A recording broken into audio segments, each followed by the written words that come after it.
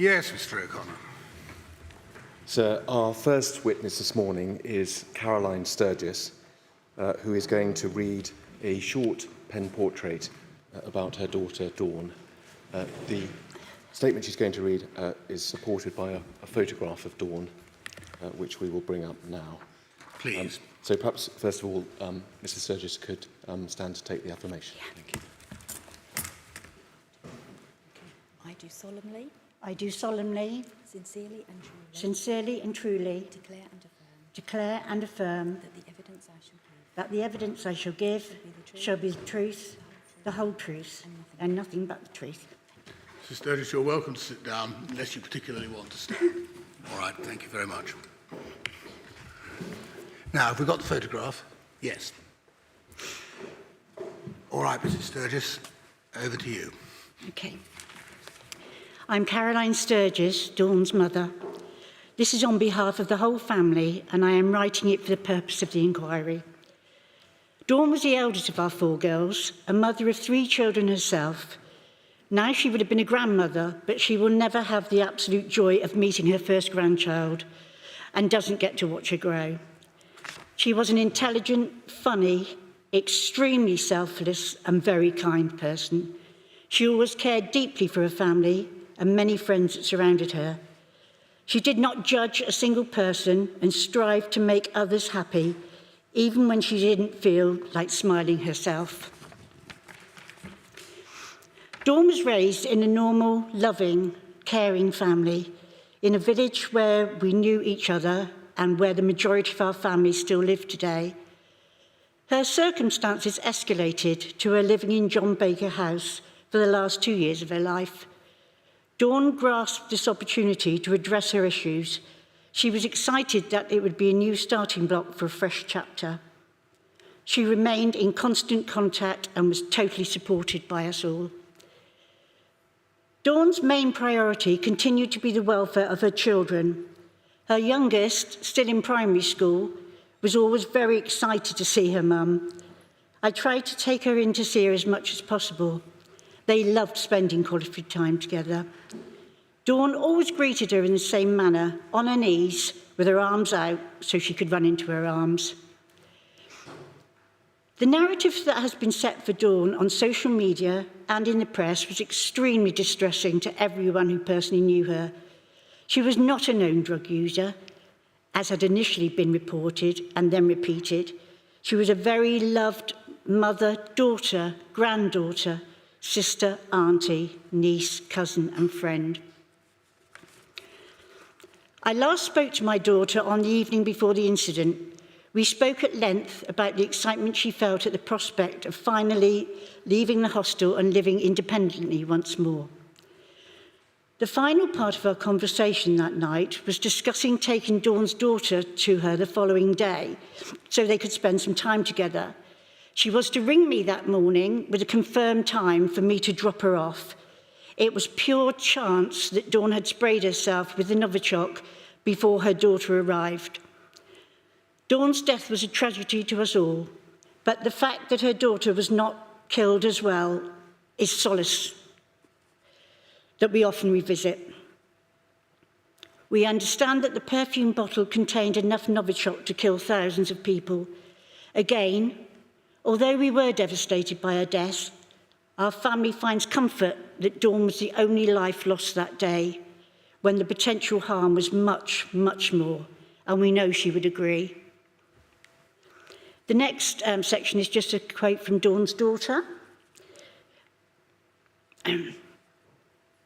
Me and my mum had a bond that I will never forget. The day I heard she had fallen really ill was heartbreaking to hear. In my mind, I thought she would push through it because there was nothing my mum couldn't handle. The day I heard everyone was going to say goodbye,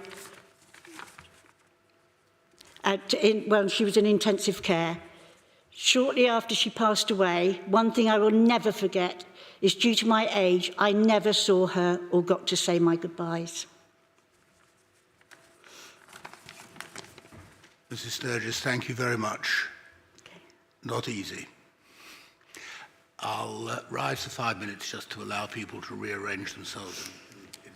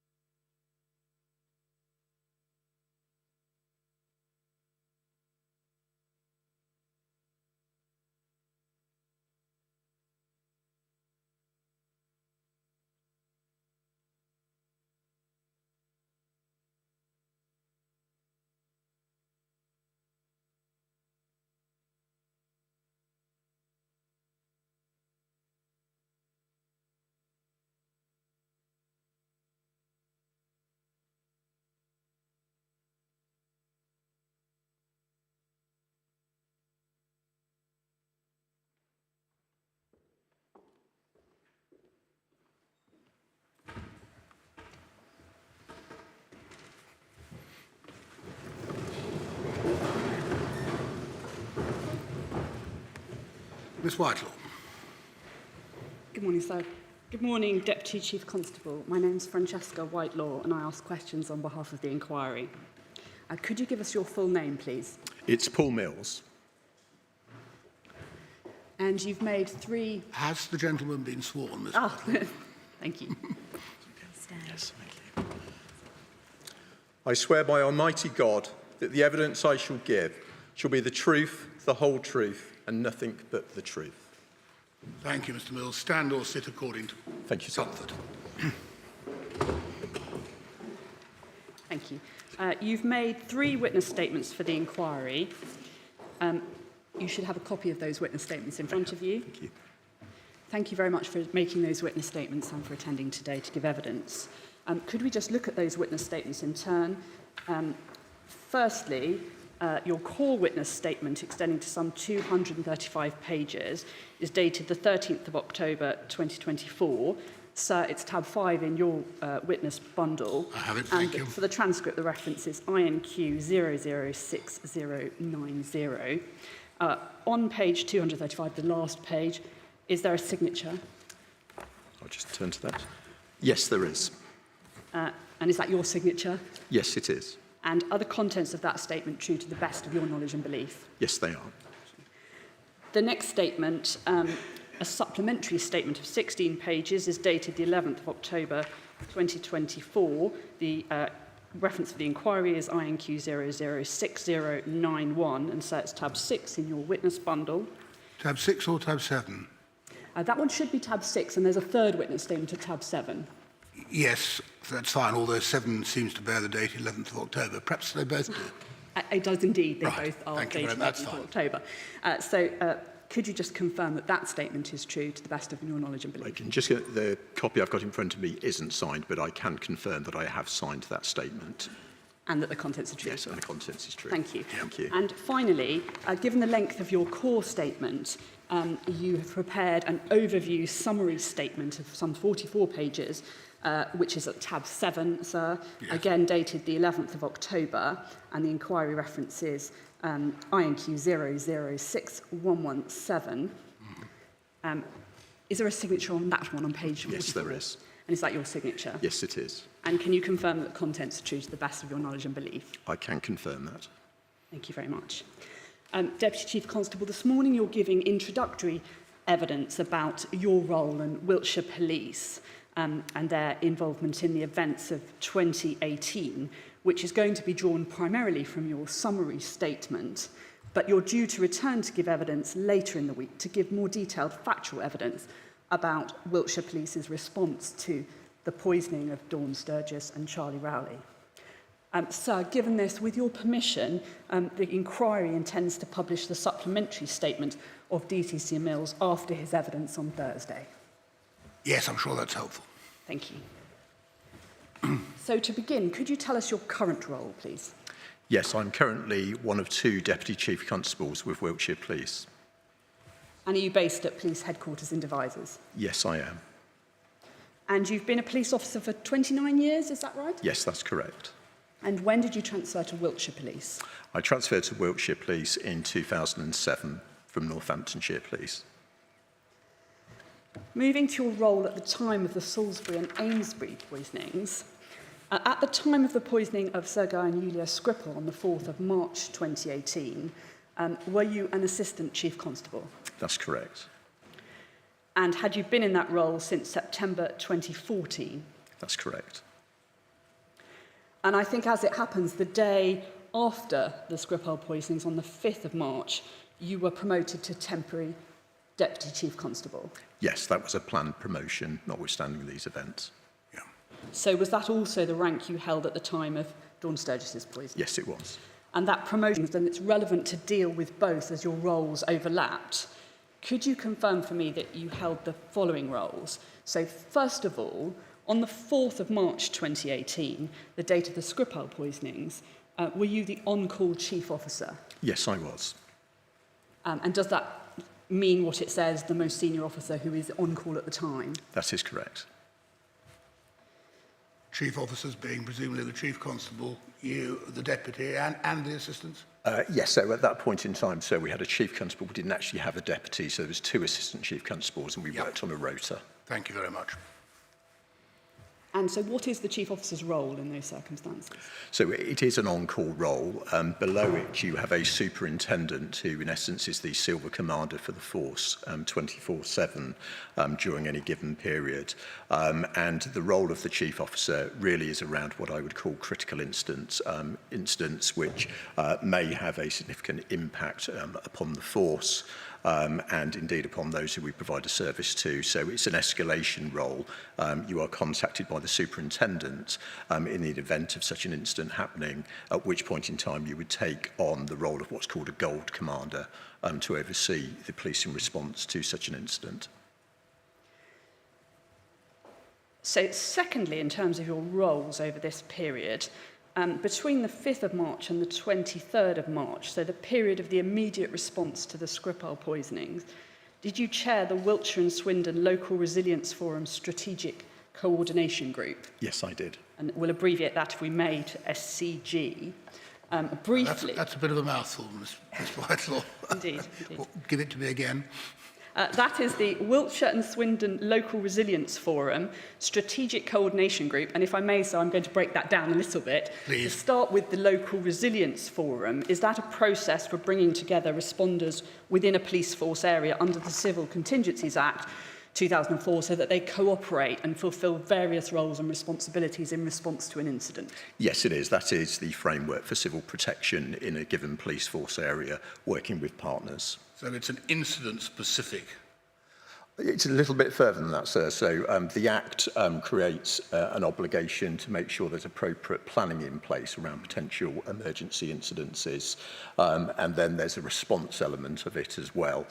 So in relation to the SCG, if I may call it that, that is the response element of it, and SCGs and also what's called TCGs, which is the Tactical Coordinating Group, they're put in place if an incident does occur to make sure there's an appropriate response.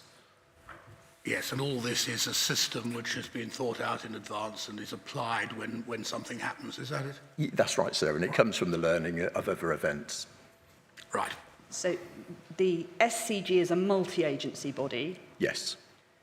For coordinating the local joint response to an emergency at local strategic level. Is that correct? Yes, and I think the key word there is the emergency element of it. So it's normally at a point where a major incident has been declared, and then there's different levels of partners in it. There's Category 1 partners and Category 2 partners, which would come together as a multi-agency forum to oversee the strategic response.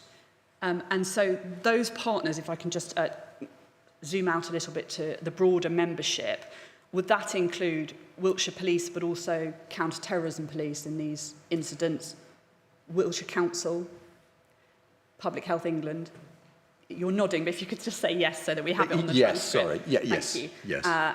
Department for Environment, Food and Rural Affairs, and potentially military representatives as well, those sorts of partner bodies. It would. I think it's important to give that context that some of those bodies are national bodies that wouldn't normally be involved in a local response, but due to the nature of what we were dealing with, they came alongside what would be the normal, what I would call Category 1 responders.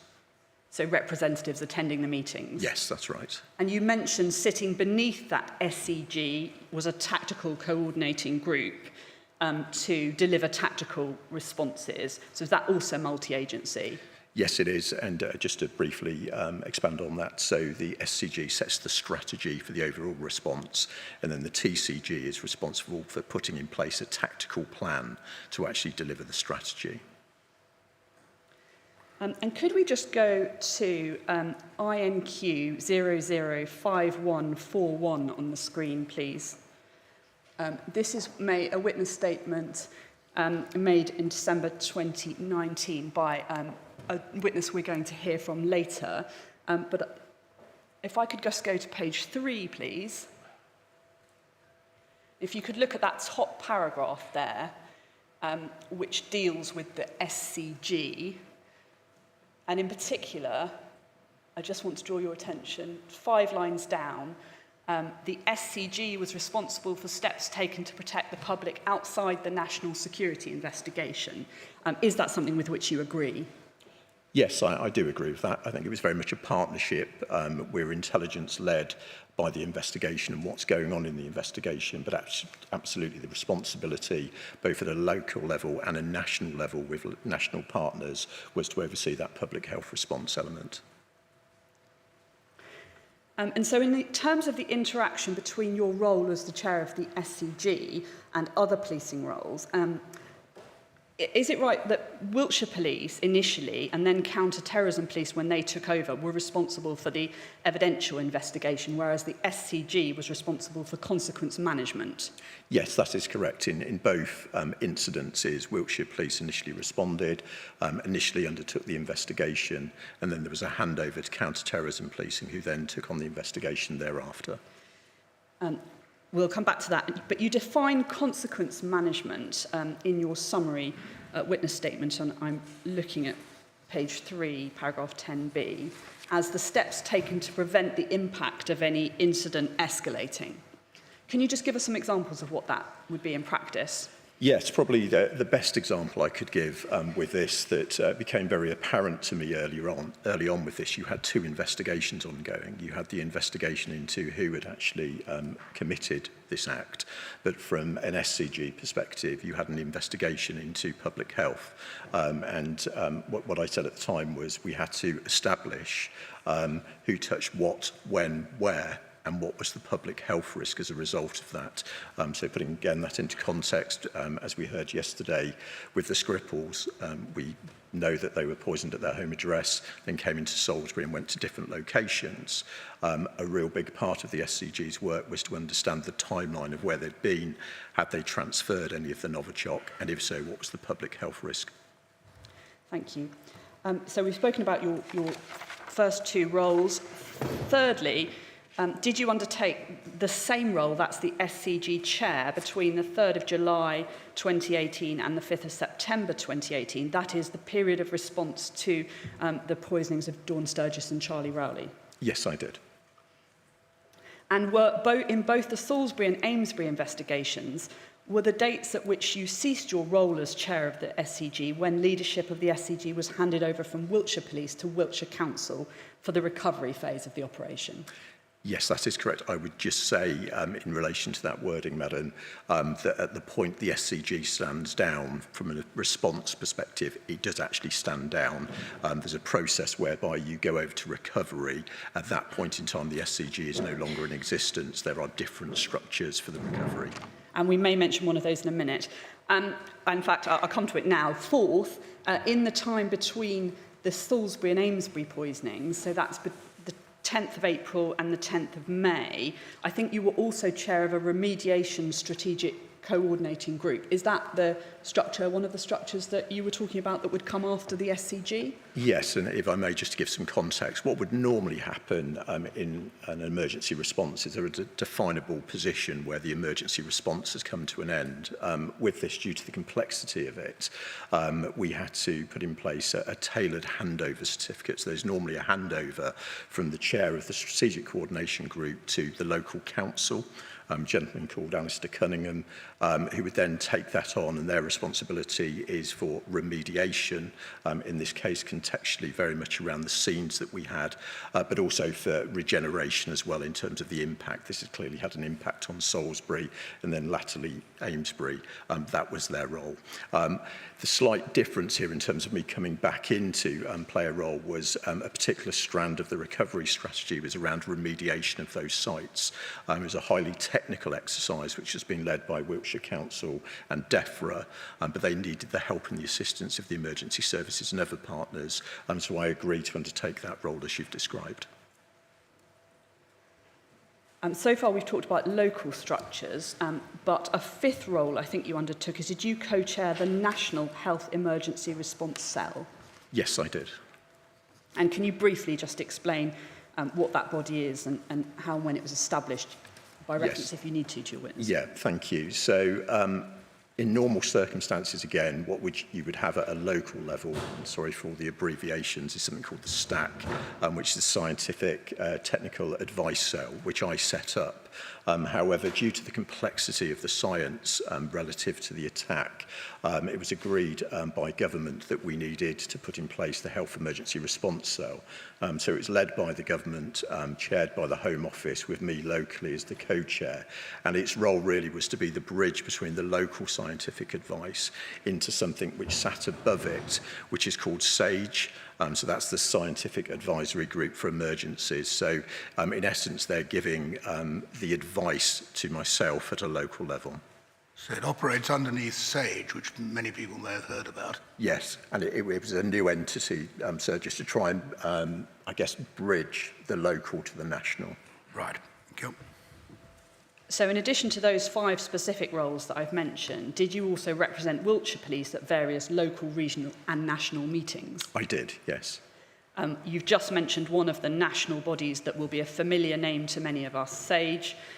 Was your experience that at least part of the role of SAGE in the Salisbury and Amesbury poisonings, together with Public Health England, was to provide scientific and public health advice? Yes, it was.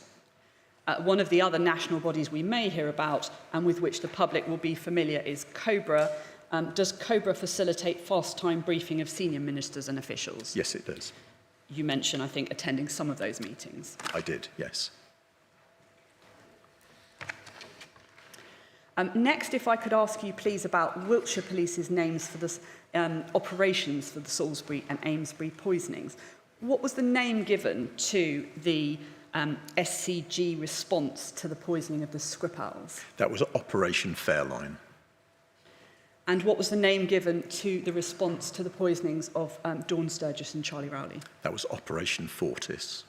Now, these names are distinct, aren't they, from the counter-terrorism police operation names that we've heard and will hear more about, Wadana, Katerva and Reed? That's correct. I'd like to just next cover the status of Operation Fairline. So, to recap, that's the response to the Skripals. At the time Operation Fortis came into being, and for your reference to orientate yourself, I'm looking at paragraph 33 of your summary statement. Thank you. So, as has been detailed, on the 23rd of March, the Strategic Coordination Group had been stood down. Again, as discussed, remediation activity and recovery activity was ongoing, led by Wiltshire Council. The investigation in relation to the attack on the Skripals and Sergeant Bailey was still ongoing at that point in time. And also as an organisation, both as Wiltshire Police, but also as part of the Strategic Coordination Group and Local Resilience Forum, we'd undertaken a learning exercise which had been conducted by the College of Policing, which had run from the 25th of June to the 29th of June.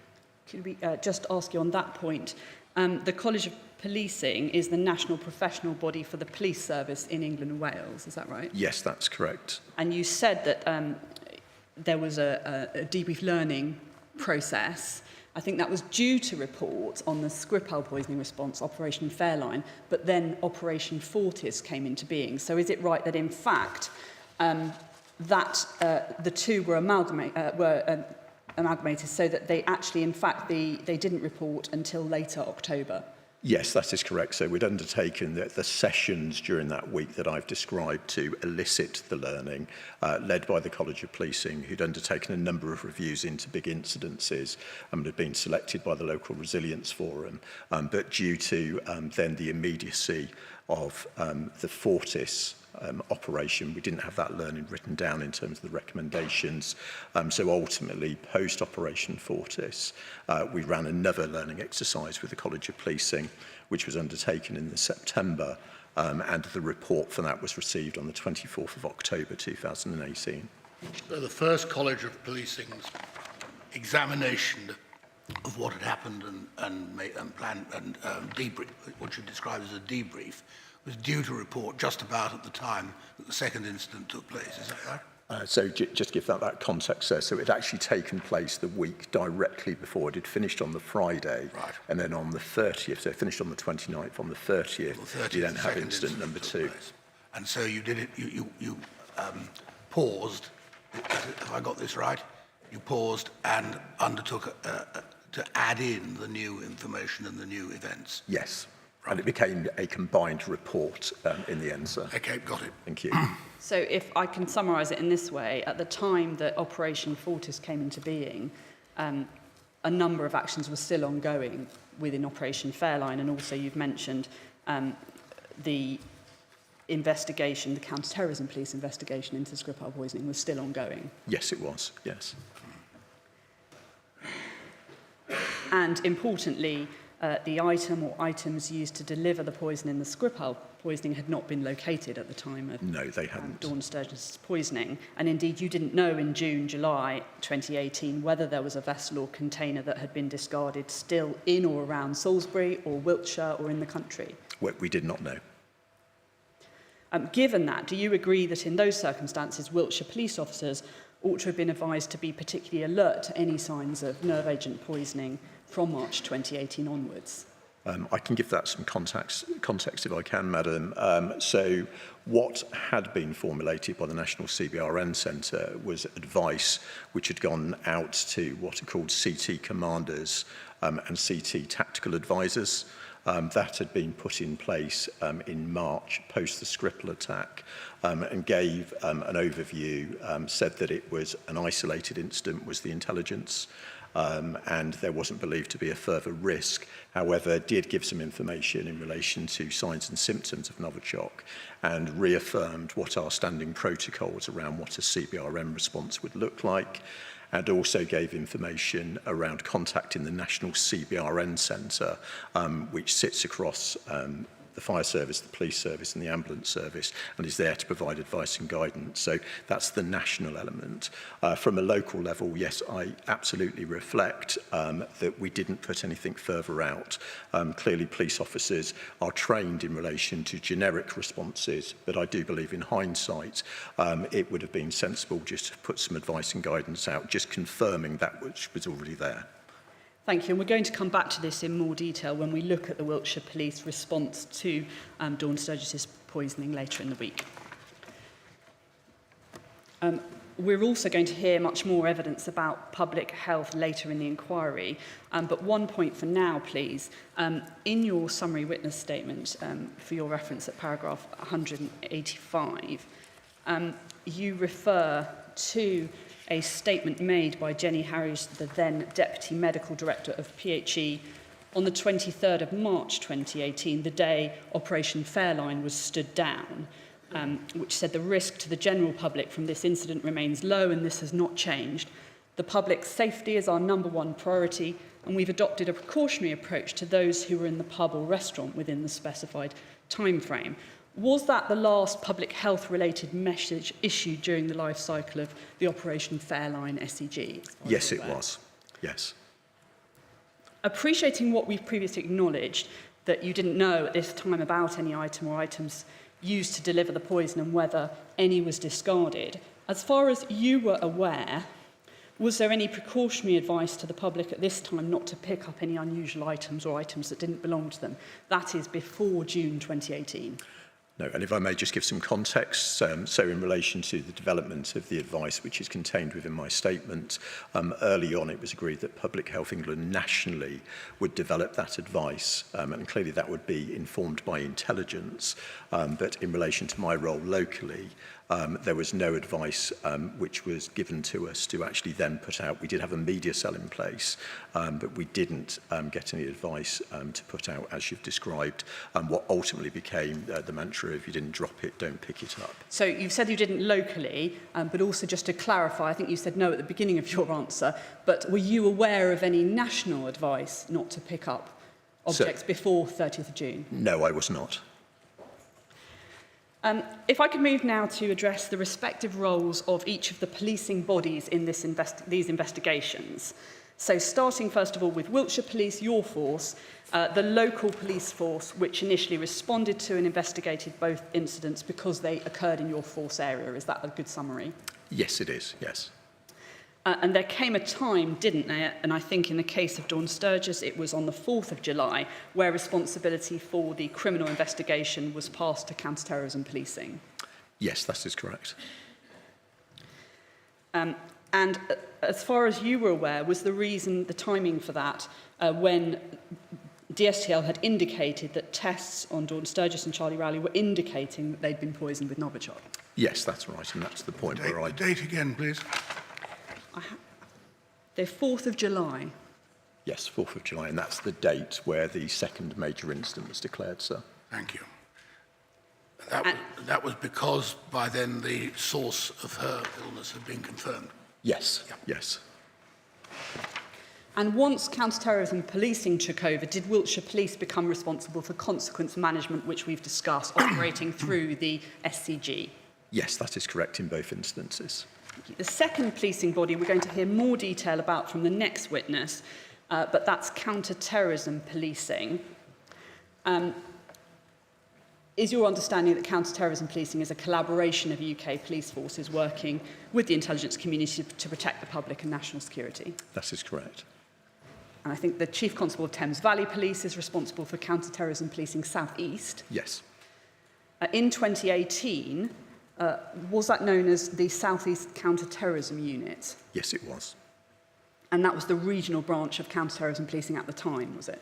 It was, and if it's helpful, I can give some context. As you say, it's a regional structure, and at that point in time across England and Wales, what had happened, there'd been a journey from local special branches that were actually hosted under chief constables locally in their own forces to a mixture of what's called counter-terrorism units that had the ability to investigate and also consider intelligence. And then you had what's called CTIUs, which is counter-terrorism intelligence units. And that's what we had in the southwest of England, where their role is purely in relation to intelligence and they don't have an investigative capability, hence why we were reliant upon the southeast. So I'm going to take that a bit more slowly, Sorry, if I may, because it will be new to some people. So we've talked about the southeast, but of course you're in the southwest. So there was also a southwest counter-terrorism unit at the time. So there was a southwest counter-terrorism intelligence unit. Thank you. And the important differentiation is it doesn't have an investigative arm of it at that point. That Southeast did. Yes. Which is why we may see involvement of Southeast Yes. counter-terrorism policing coming in. And the Metropolitan Police Services, SO15, is the National Counter-Terrorism Command based in London. Yes.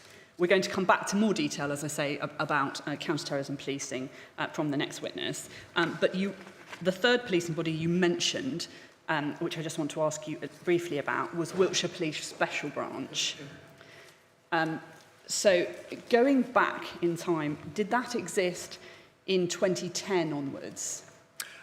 So I would say it existed before that, but certainly in terms of the material times for the public inquiry, in 2010 that was a standalone unit which was called Special Branch in Wiltshire Police that came under the direction and control of the Chief Constable of Wiltshire Police. So a standalone Yes. under Wiltshire Police dealing with counter-terrorism matters. Yes, that's right. And then when did that change from being a standalone Wiltshire Police Special Branch? And you'll forgive me, this is quite complex. We're talking about a decade where we're going from localisation to regionalisation to ultimately nationalisation.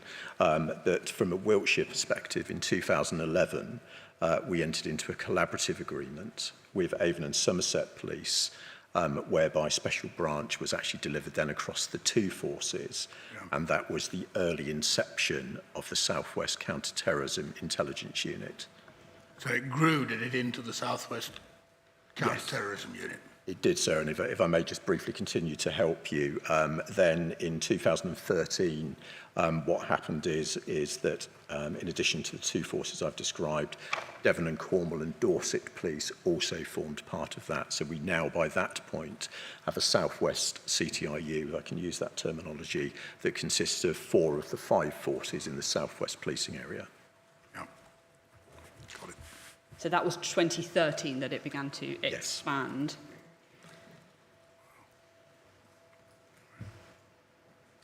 So when we see references to Wiltshire Police Special Branch in 2018, was there still the standalone at all, or is that the vernacular used for the now more the collaboration with other forces? Yeah, I have to be careful here, Madam, in relation to my knowledge of this, because, as I say, you had an element of regional and national also going on.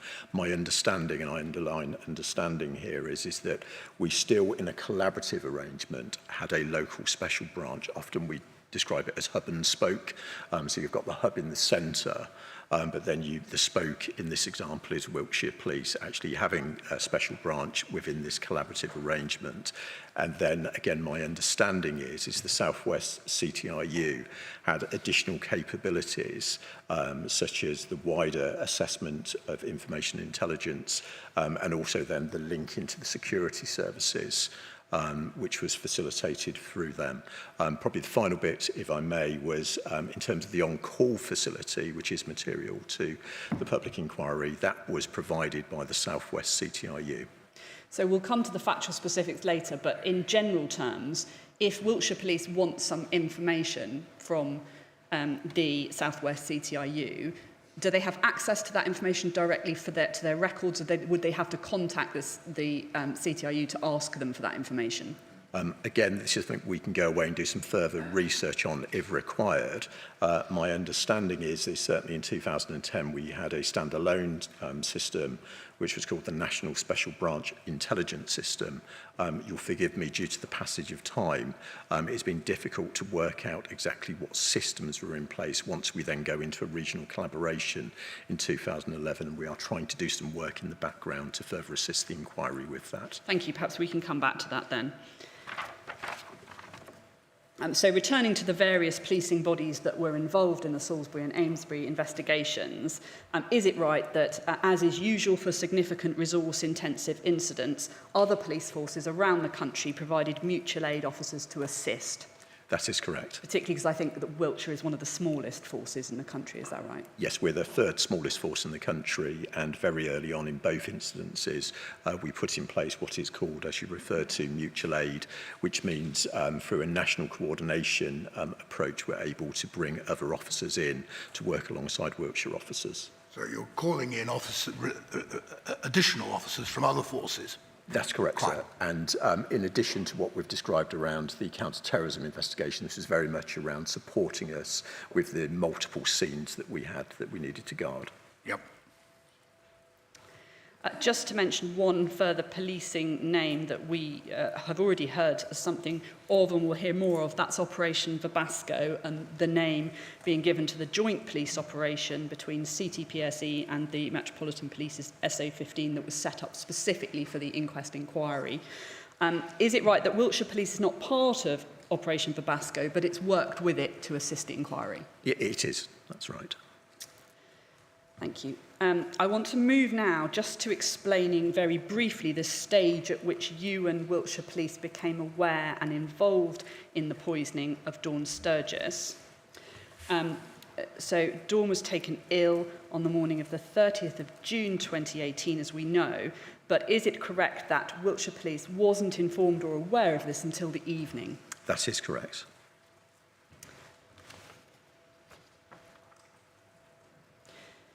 And by reference to paragraph 37 of your summary statement, could you just tell us when and how Wiltshire Police became aware of the incident? Yes, high level, Madam. At 18:58 hours, we received a call into our control room, which is called the communication centre, from the fire service. And again, to give context, the fire service in Wiltshire is the Dorset and Wiltshire Fire and Rescue Service that provides a service across two forces. We were told at that point in time by their control room that there was a potential hazmat incident. Hazmat basically refers to hazardous material, that the ambulance service was attending at number 9 Muggleton Road in Amesbury. And it was confirmed within this call that at that point, this was for information purposes only. Thank you. If we could pause there for a moment. That was the address of Charlie Rowley, 9 Muggleton Road. Could we have up on screen, please, INQ 005033.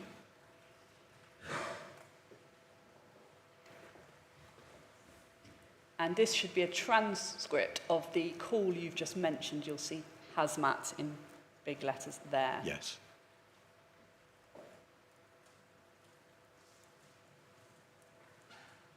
It's come via the fire service, and it's nearly 7 o'clock in the evening. Yes. So is this notification to you of something happening to Dawn Sturgess in the morning, or to Charlie Rowley in the afternoon, or both? At this point in time, sir, it's purely telling us about a hazmat potential incident. Simply that Yeah. address. There's further calls that happen quickly after in the sequence where we become aware Well, so of you'll it. see on the screen, it says a female in respiratory arrest. We've got a second patient unable to breathe and unresponsive. A third patient also displaying symptoms was So it's what both. was said in the call. And then further down, you'll see 9 Muggleton Road. Yeah. We've gone on, it might be a possible hazmat. And we could go down to the bottom. So ambulance are on scene, question mark. Well, they've passed it to us, but I don't know if they're actually on scene. Let me have a look. And then what the ambulance said, and can we go over the page on that, please? Thank you. 3 casualties basically suffering respiratory problems. Ambulance have no clue what's caused the symptoms, so we're going on worst case scenario really. Do you need police attendance? It's just an inform for us at the moment so that you're aware, obviously, if we find out any more. So that was the call Yes. that you've described to the police call handler. Thank you. If you could go on to the next point of information that you received, which I think was 1902. Yes, it was. So at that point in time, again, we receive a call into the communications centre, which is from the ambulance service. So that's South West Ambulance Service. And at this point, they're querying whether or not Wiltshire Police are aware of what they describe as a special job. Thank you. If you could pause there for a moment. Could we have on screen, please, INQ 005034? And this should be that, similarly, a transcript. If you want to look at that and just explain what that call said. Yes, so high level in relation to this, further to use of the term special job. During the call, the ambulance service informed us that they'd attended an incident at the same property earlier that day, described symptoms of that individual as respiratory arrest and severe breathing problems. That's 2/3 of the way down the page, just to orientate with the page. They then updated us that the individual had been taken to Salisbury District Hospital and they had now returned back to the property and were dealing with what was stated to be 2 further patients at that point in time. And they give an overview of symptoms to be excessive drooling, sweating, and stating that certainly one of the males was unresponsive and making really weird noises. Could we just go over the page on that? Thank you. And then ultimately, the ambulance service states that it's a significant response for the ambulance service and the fire service. So at the top of that page, we've got breathing problems, completely incoherent. That was the symptoms being described. At that point, we had the first patient that went into respiratory arrest and they thought she just had a fit.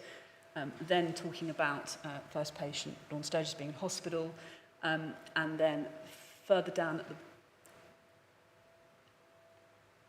She got taken to Salisbury District, but it's just so you're aware of it. Obviously, I don't know the full details at the moment, just thought you might want to know. It's going to be a significant response from ourselves and the fire service as well. So this is at 1902. Yes. So forgive me if I'm slow to catch up, but that's only 4 minutes after you had a rather similar notification call from the fire service. That's correct, sir. Yes. Both of them are about Muggleton Road. Both of them refer both to a patient earlier in the day, apparently a female patient earlier in the day, and to further patient or patients in the evening. That's correct, sir. Right. Thank you. Could we take that down, please? And I think then there was a third call at 1909 from the fire service. Is that right? Yes, that's correct. According to your statement, asking Wiltshire Police for their estimated time of arrival. And in between these calls was a decision made by the Force Incident Manager, Inspector Noble, that police should attend and officers were dispatched. Yes, that is correct. If we could go to INQ 004989.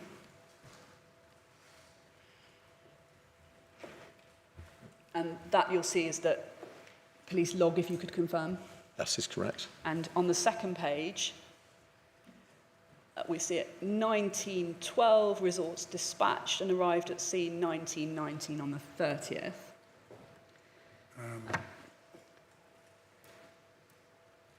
So does that indicate the time at which police officers were attending Yes, that is correct. 9 Roberton Road? And I'm going to leave what happened next there to be picked up by both by you in your further evidence this week and by the evidence of the first responders, sir, that we're going to hear from later. All right. But what I do want to just confirm with you is the point at which you yourself became involved.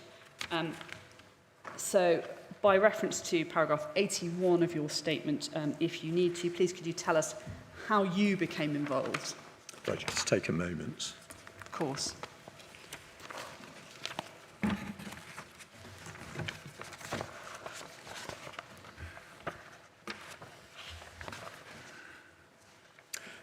So in relation to the Muggleton Road incident, so contextually, incident occurred on the Saturday. We now go forward to Monday, the 2nd of July at 16:38 hours. I wasn't the on-call chief officer at that point in time, but I was in my role as the deputy chief constable. I was contacted by the on-call superintendent, who was called Superintendent Burt, and he gave me, would you like me to give a high-level overview of what he told me? Yes, indeed. Yes. He gave me an overview that an incident had occurred over the weekend. 2 people had been taken to Salisbury District Hospital and both remained seriously unwell. He indicated that initially the hypothesis was one that it had been a drugs overdose. However, that had developed to be a drugs overdose where there was potential pesticide poisoning within that, which is commonly referred to as a bad batch incident. He then went on to indicate to me that there was wider public health messaging which had been put out by DS Martin, who the inquiry will hear from later, and that was warning the public. He also stated to me that as a precaution, because of the pesticide element, samples, which I believe were urine, had been sent to DSTL Porton Down for analysis, and we awaited the results of those. And then he gave me a high-level overview that he'd also been in contact with Superintendent Minty, who'd been the chair of the TCG for Operation Fairline, the Skripal incident, who was a CBRN commander, and CBRN advice had been sought. And he'd also spoken to Mr. Bob Young, who was basically the major incident manager for Wiltshire Police at that time. So at that point, I was aware this was precautionary and we awaited the results. And at the conclusion of the conversation, I asked for to be updated if there was any discernible change in the circumstances described. So you were being kept informed pending test results, Yes. and you wanted to be kept updated. And moving to paragraph 94 for your reference of your statement, were you subsequently updated, or did you receive an update at around 7 o'clock on Tuesday, the 3rd of July? Yes, I did. So 7 o'clock in the evening, I should say. And could you just tell us about that call? Yes, I can. So I was at home at that point in time, and I'd worked extensively during Operation Fairline with DSTL, and I was contacted by a gentleman called Tim from DSTL, who'd sat on the Strategic Coordination Group and had been my key advisor. And he stated to me that the 2 patients, the testing had come back and it indicated Novichok. He put that in a statistical context for me and stated that he was 75% sure that they'd been poisoned with Novichok, and this was moving further to a question from myself to 100% clarity that was indeed the case. Sorry, this was information 75 to 100% certain Novichok involved in which incident? So this is in the incident number 2. This is the Dawn Sturgess incident. Muggleton Road. Thank you. So this is the call on the 3rd of July. And was that the basis upon which you decided to stand up the SCG again? Yes, it was immediate from that point in time what the public health risk was. So I made a number of calls to set up the Strategic Coordination Group meeting, which later sat that evening, and that was the point in time where I declared a second major incident. So that was the same multi-agency structure that had already been in place for the Skripal poisoning and been stood down. You created it again, did you? I did. If I may just add a slight caveat to that, for incident number one, it was clear due to the public health related nature of this that I needed some what I would call key partners around the table. So for incident number one, which was very much around shutting down scenes and assuring public safety, yes, counter-terrorism policing were around the table, public health partners, council, and then we expanded it when we got to day two to a wider meeting, which was more mirroring what had been in place for. So going back to the first meeting in the evening, your paragraph 97, which bodies were represented at that meeting? So at that meeting, you had Wiltshire Police, counter-terrorism policing were involved right from the very start. You had Wiltshire Council, and you had public health partners, the hospital was there, and NHS England were there at that point in time from memory. Which is PHE at the time, I Yes, think. public health, yes, which is... And so did counter-terrorism policing attend on the basis that they were still at the time investigating the Skripal poisoning? I guess yes, but clearly there was new information here that notwithstanding incident number one, the likelihood was that it had been confirmed as Novichok that they would have had primacy right from the very start. And you said you declared a major incident, so was that after that first meeting at 22:27? Yes, it was. We obtained a situational awareness of what had gone on over the last number of days, obviously the confirmation that it was Novichok, and at that point in time it was clear to me that a major incident needed to be declared. So can you just explain for us what is meant by the declaration of a major incident? Yes, a major incident, I can't give verbatim the definition, but contextually what it means is... Sorry, could I help you just by you, in your statement of paragraph 15, I think you summarised it in case yes. it helps you. Thank you. Yes, so contextually, what it means is that there is a response required by one or more of the emergency services under their major incident plans. So each of the emergency services has major incident plans. And again, for one or more of the emergency services, there's a requirement to put in place special arrangements to actually deal with the incident which is facing them. And who can declare a major incident? So any one of the partners under the Local Resilience Forum structure, which I described earlier, can declare a major incident. So could the ambulance or the fire service have declared an? Absolutely. And indeed the hospital. So that was the Tuesday evening, the 3rd of July. And in the early hours of Wednesday, the 4th of July, were all the scenes of relevance to the movements of Dawn Sturgess and Charlie Rowley, as known at the time, which we'll come on to hear about, secured and preserved by Wiltshire Police? Yes, for me that, in addition to the treatment of Dawn and Charlie, that was absolutely the number one priority. As I explained earlier, the potential movement of the Novichok in that period created a significant potential public health risk, and we had to ensure all of those scenes were identified and locked down. And just to deal with the morning of the 4th of July 2018, I think you took part in a national call. This is paragraph 102 of your statement for your reference. Thank you. Yes. Yes, I did. So very similar to the relationships that we developed in Operation Fairline, the Chief Constable and I had a conversation with the Executive of Counter-Terrorism Policing, which was Assistant Commissioner Basu, and at that point in time it was confirmed that they would be leading the investigation into the poisoning of Charlie Rowley and Dawn Sturgess. So at 10:40 on the 4th of July 2018, you and the Chief Constable of Wiltshire Police had a conversation with Assistant Commissioner Neil Basu of the Counter-Terrorism Police, and that was when it was decided that Counter-Terrorism Police would take over. Yes, clearly they'd attended the evening before, so there was a degree of collaborative working going on and a degree of handover at that point, but it's certainly at an executive level, that was when that was confirmed, and again we would undertake locally through the SCG and the LRF, the consequence management role. And on that day, did you also attend a COBRA officials call? Yes, I did. And could you just tell us what was confirmed by reference to paragraph 103 at that time? So I attended that call.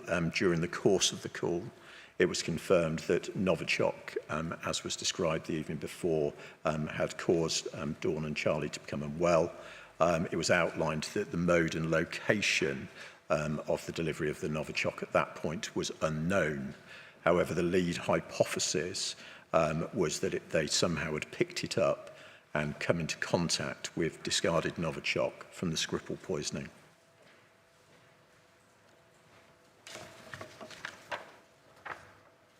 We know that Dawn Sturgess very sadly died on the 8th of July 2018. Did Operation Fortis continue and the response work of the SCG continue until the 5th of September 2018? Yes, it did. When there was the handover to the recovery phase to Wiltshire Council, is that correct? That is correct. On a final topic, Deputy Chief Constable, and I'm referring to paragraphs 31 and 32 of your summary statement. Later this week, we'll hear evidence, as I said, from factual witnesses about Wiltshire Police's response to the poisonings of Dawn Sturgess and Charlie Rowley. But there's just one further point you deal with in your summary that I'd like to address with you shortly now.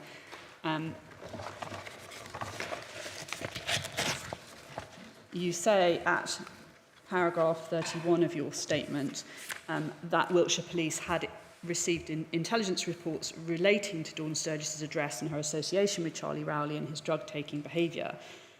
However, there was no intelligence that Dawn Sturgess herself was a drug user. And you go on to say that you're aware that in certain Wiltshire Police documents, Charlie Rowley and Dawn Sturgess are described as two known drug users. Is there something you would like to say about that? Yes, absolutely, there is. Important in terms of these are documents that were created post-incident.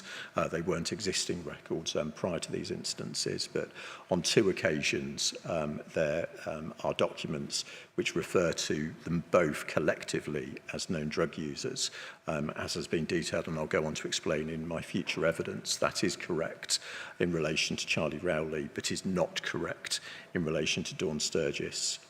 There was indeed reasons to suspect that she may have become unwell due to her association with drugs, but notwithstanding that, there was no police intelligence that she was a drug user. And in relation to that, I would like to, on behalf of the Chief Constable and Wiltshire Police, apologise for that internal error to the family. I can only try and understand the impact of that further to their loss. Thank you, Deputy Chief Constable. Those are the questions I propose to ask you at this stage by way of introduction to your role and that of Wiltshire Police. And as we said, you're due to give evidence later in the week. Thank you. Thank you very much. Now, Mr. Mills, I gather you're going to be coming back from time to time. Your evidence has been, as it were, compartmentalised. You're free to go, of course, and if between now and your return you need to confer with counsel about the remains of your evidence, then of course you're free to do so. What I don't want you doing is going over the ground that you've just covered. Thank you, sir. That's Thank you very much. So would it be a suitable time for a morning break? Yes. All right, that's what I thought. 20 past 11, please.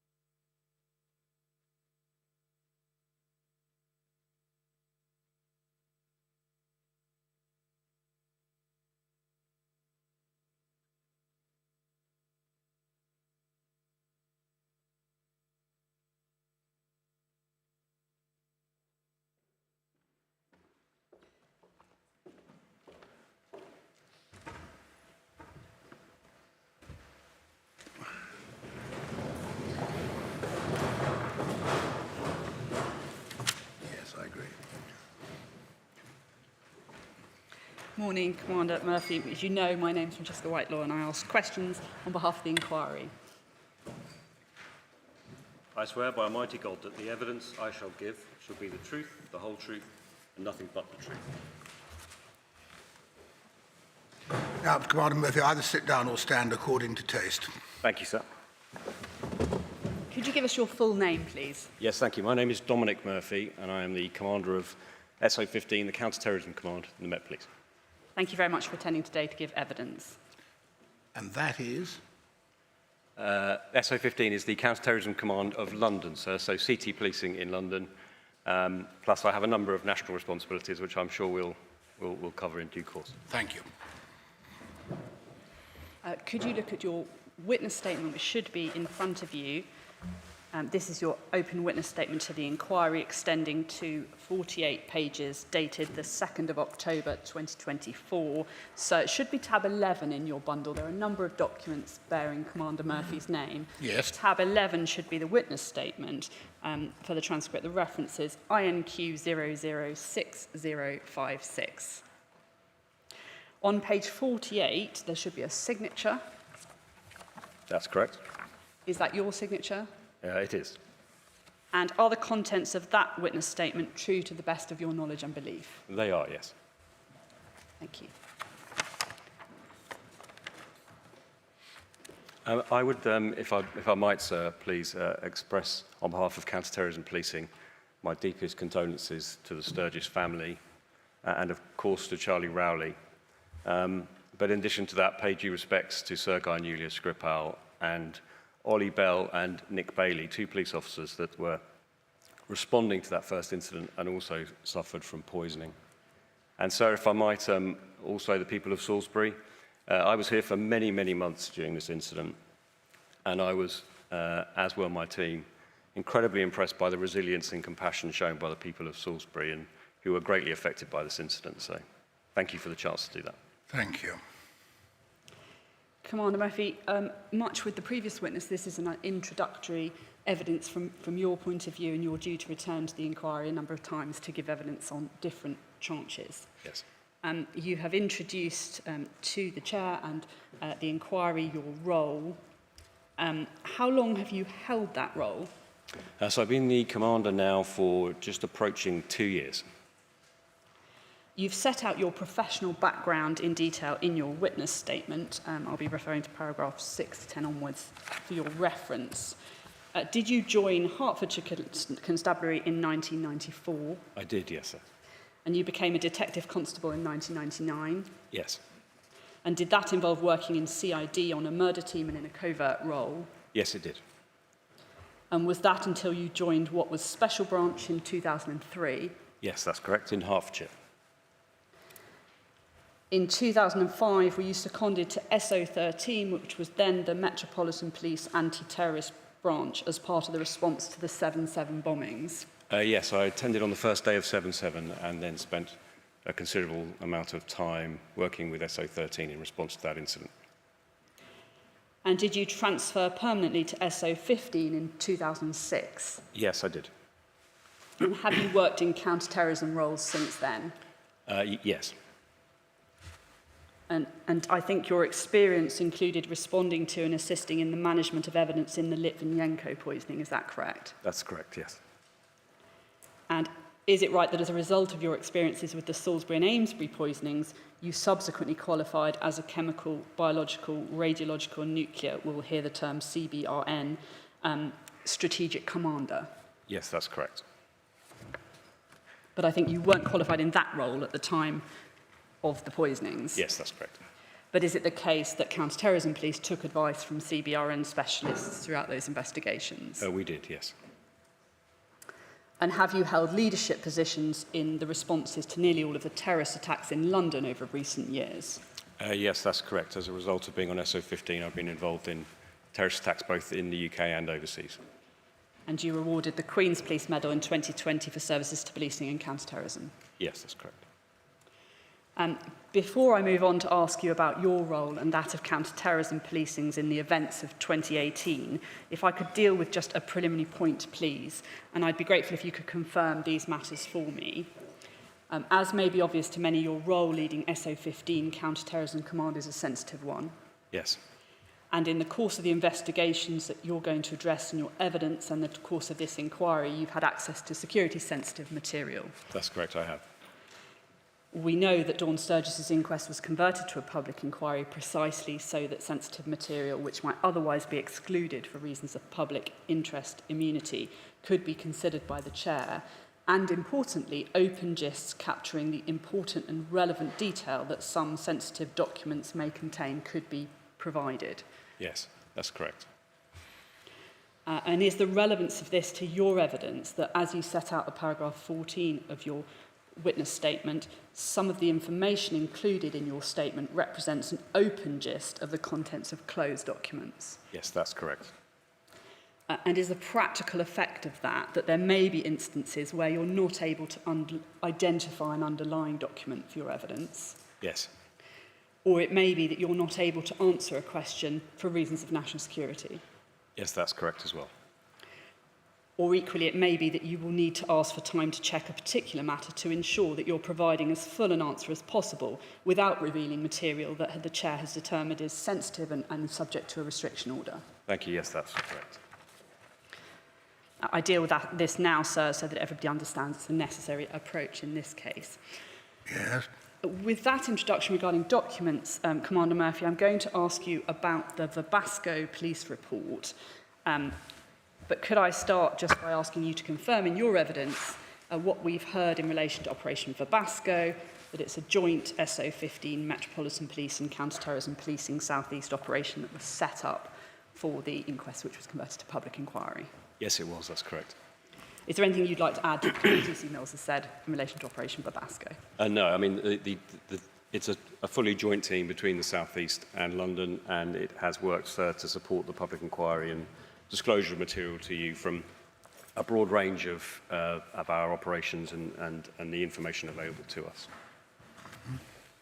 And is one of the ways in which Operation Verbasco, so the Metropolitan Police and Thames Valley Police as core participants, have put as much material into the public domain as possible for the purposes of the inquiry through the Verbasco police report? Yes, it is. That's correct. If we could just go to INQ 005820 on the screen, please. This is, I think, the front page of that report. Is that right? That's correct, yes. And if we could just go to page 2, we'll see the index there, and page 3, please. Thank you. Could you just give us a summary of what that document is? Yes, thank you. So this is a report that seeks to explain the role of counter-terrorism policing, plus also the frontline response to all of the incidents that we're here to consider, so as part of this public inquiry.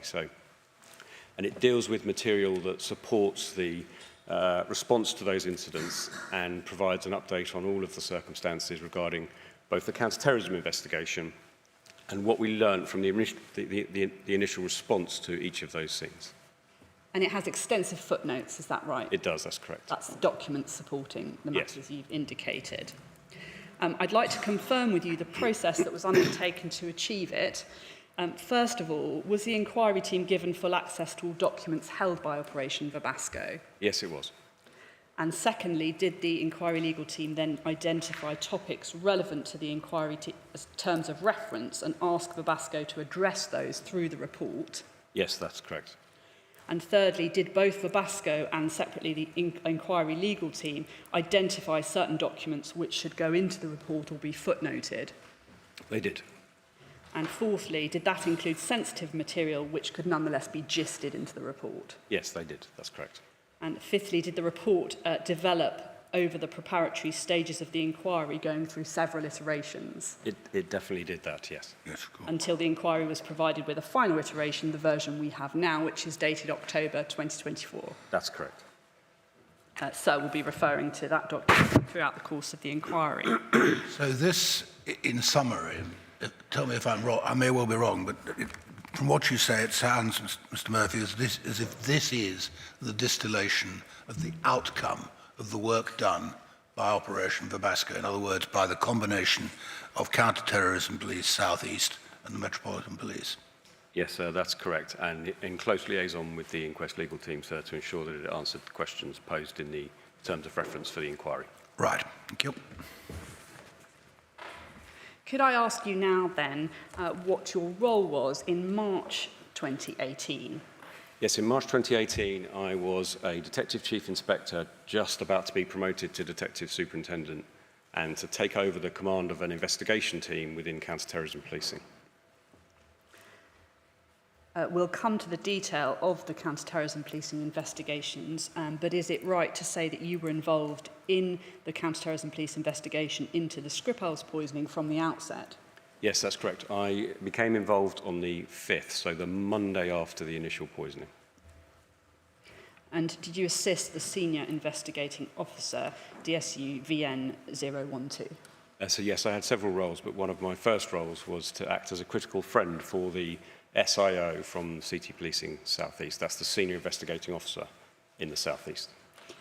And you were the senior investigating officer yourself for the investigation into the suspects? Yes, that's correct. And is it right you continue to lead all aspects of the National Security Police investigation? I do. And is that because the criminal investigation into the suspects remains ongoing? It does remain ongoing, yes. We are going to, in due course, in this inquiry, later in the inquiry, hear more detail about that, including from you. But for now, could you just confirm the names of the suspects you've set out at paragraph 208 of your witness statement? Yes, so the names are Petrov, Bosharov and Fedotov. They have all been charged in those names. And we've heard that they are aliases, is that right? That is correct. And could you give us the aliases for each of those? Mishkin, Chapiga and Sergeyev. And in terms of the charges against them, is it correct that on the 19th of July, the CPS authorised charges against Bosharov and Petrov for conspiracy to murder, 3 counts of attempted murder, 2 counts of grievous bodily harm with intent, and 1 count of use or possession of a chemical weapon arising out of the Skripal's poisoning in Salisbury in March 2018? Yes, that's correct. And the individuals affected. Yes, that's correct. I attended the Westminster Magistrates Court in London and presented the case to the magistrate at the court and then secured those charges and warrants that then followed. I'm just going to ask for those warrants to be put up on the screen for you to confirm, please. So if we could go to INQ 004908, first of all. And can you confirm what that document is? Yes, that's an arrest warrant. I think it's called a first instance warrant, actually, technically, but where the magistrates court have agreed that those individuals are charged in their absence. Well, those are the charges, aren't they? Yes, they are, sir.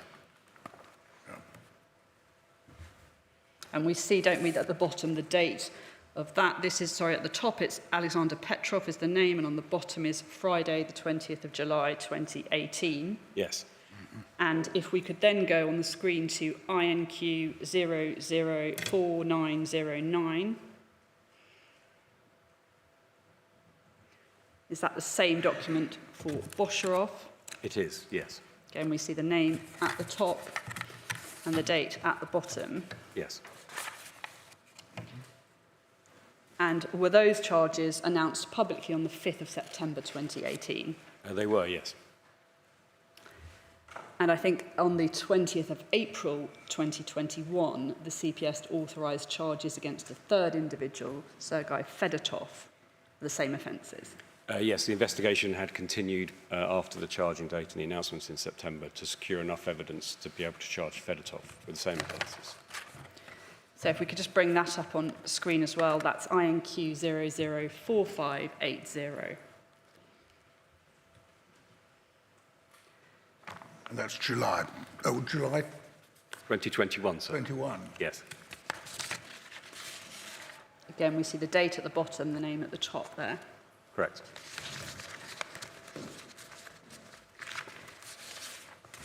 And at paragraph 201 of your witness statement, could you confirm what the status is of the criminal investigation, please? Yes, thank you. So the criminal investigation continues to date. We are seeking further evidence And we have, at this point, managed to secure sufficient evidence to identify them in their real names and of course, their membership of a Russian intelligence agency. As I say, we will deal with some more detail in relation to the suspects in later weeks. But if I could move now to some questions about the way in which counter-terrorism, and in particular counter-state threat police investigations work in this country. Do they operate differently from criminal investigations? Yes, so counter-terrorism investigations more generally operate differently to normal investigations. One of the main differences is the partners with which we work most closely. As you all know, we work very closely with MI5, but as a result of that, so we structure our investigations slightly differently because of the highly sensitive information that we have access to.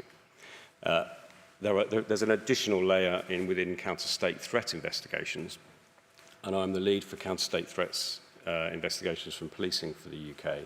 Those investigations have an additional layer of need-to-know principles where a smaller group of people are entitled or able to see the intelligence on a very strict need-to-know basis. So taking that in stages more slowly, who leads responsibility for counter-terrorism and national security in the UK? So that is led by MI5, who is the agency responsible for those under UK law. And MI5 works closely with MI6 and GCHQ, is that your experience? Yes, that's correct. Understanding? Yes. Could you explain the structure of CT policing in the UK and SO15's role within it? So the most senior police officer in the country for counter-terrorism is the Assistant Commissioner of Specialist Operations. At the time of this incident, that was transitioning between two different leaders. And under that, we have a Senior National Coordinator for Counter-Terrorism. That is an individual who's a Deputy Assistant Commissioner from the Metropolitan Police. And they have oversight of all investigations that happen around the country. I work for the Senior National Coordinator as the commander of the Counter-Terrorism Command. We have 3 missions in counter-terrorism policing, but largely our main mission is counter-terrorism, as you would expect. We also do counter-state threat investigations, and we have a duty on behalf of the UK to manage war crimes investigations. Those last 2, state threats and war crimes, come under me as national commitments as part of SO15's responsibility.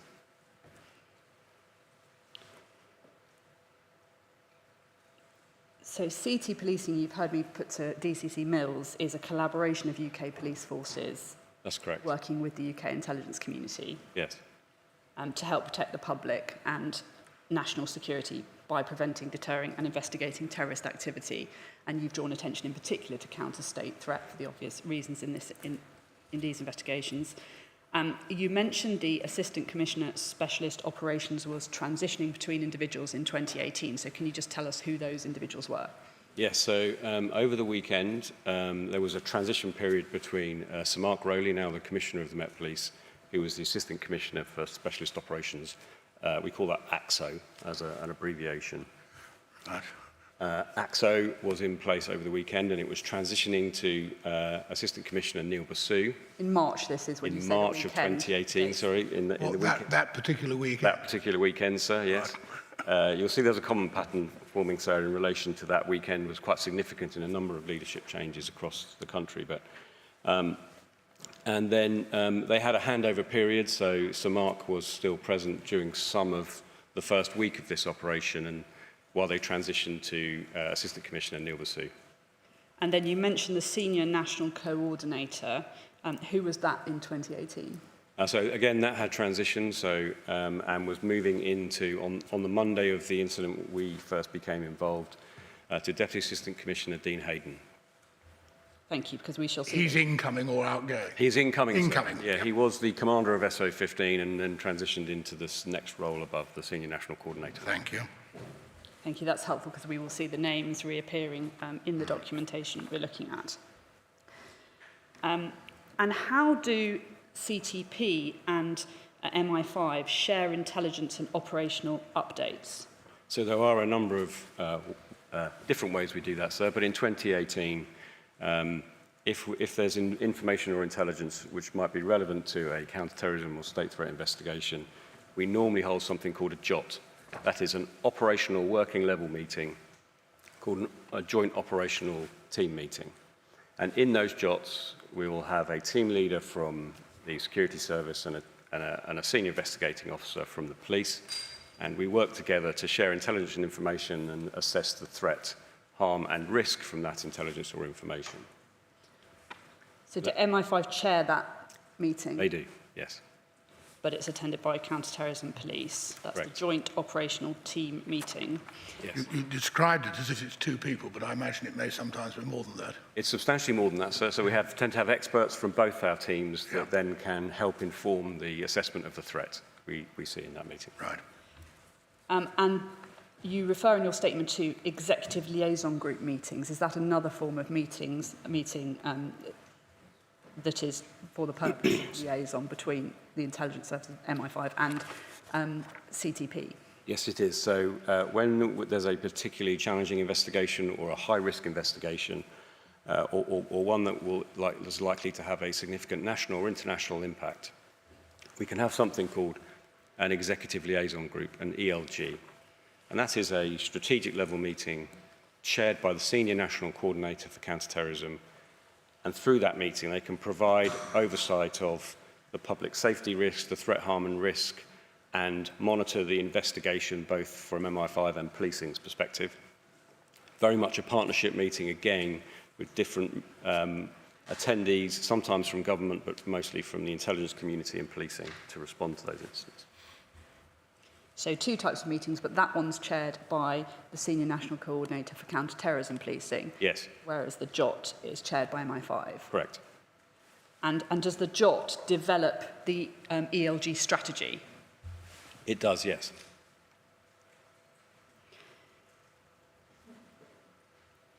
You've mentioned the difference between counter-terrorism police investigations and other investigations, and you've referred to counter-state threat investigations. Are those generally more complex than counter-terrorism investigations, the counter-state threat? So they're more complex in how you handle information and you make decisions. But otherwise, the structures are very similar for how we operate. It's really who's entitled to see that information and what that information means to us in decision-making terms.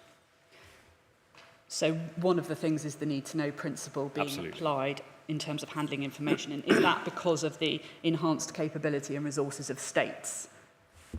It is, absolutely. And in this case, when you're investigating terrorism, it's pretty unlikely that those terrorists will have capability to do some things that we know some states have to do to us as a country. So as a result, we have a very much more restricted sharing of intelligence in those investigations. And you make the point in your witness statement that whereas there might not generally be the sort of general mass casualty you might see in a counter-terrorism situation, the compromise of information or sources might cause damage to national security that could lead to a loss of life. Yes, that's correct. We have seen incidents that do, of course, directly lead to loss of life from state threat investigations in a similar way to counter-terrorism, but equally, the compromise of such sensitive intelligence can have a very significant impact, and it can lead to sometimes the loss of life if we're not cautious with how we handle that intelligence. Well, bearing that in mind and referring to paragraph 23 of your witness statement, how is the threat to national security best counteracted? I mean, it's really important, as we've learned in counter-terrorism over the years, and the model for policing has changed in this area so a lot as a result of learning, that we come together and work so closely with members of the intelligence community, sometimes, of course, our international and other partners, to ensure that we're sharing the required levels of information that allow us to make an assessment of that threat and, in turn, the response to that threat. So information sharing, Yes. being vitally important, and joint decision-making processes. Extremely close collaboration that is part of that joint decision-making process that takes place in the JOT and to some extent in ELG. And I'm not going to ask you for detail, but is it right to say that since 2018, some 6 years ago now, there have been significant developments in the joint working processes between CTP and the Security Service? Yes, there has very significant developments. Now, in a counter-terrorism or state threat investigation, we've heard there'll be a senior investigating officer. What is their specific role? So they are to lead the day-to-day activity within any kind of investigation. So we will frequently see on television a sort of, for example, a murder team investigation with a senior investigating officer that sits above it and directs the day-to-day conduct and strategy of that investigation. There's exactly the same role in counter-terrorism policing. An SIO will lead the day-to-day activity that takes place from a large investigation team. It just so happens in our world, obviously, we work closely with different partners than you might in other parts of policing. So they're setting the strategic and tactical objectives of the investigation, Yep. managing the day-to-day activities of officers and staff undertaking different roles in the investigation, and ensuring that the team works collaboratively with different agencies. Is that right? Yes, that's correct. And what was the structure of oversight for the senior investigating officer? So there are several different types of oversight. I've talked about the ELG, the Executive Liaison Group in CT, but one of the others is what we call a PIP4, so professionalising... What? A PIP4, so PIP4, which basically means the Professionalising Investigations Programme, which is a College of Policing programme. So it's about how we train and accredit our senior investigating officers. And a PIP4, so an SIO is referred to, sir, as a PIP3. So they've been through the college training to be an SIO.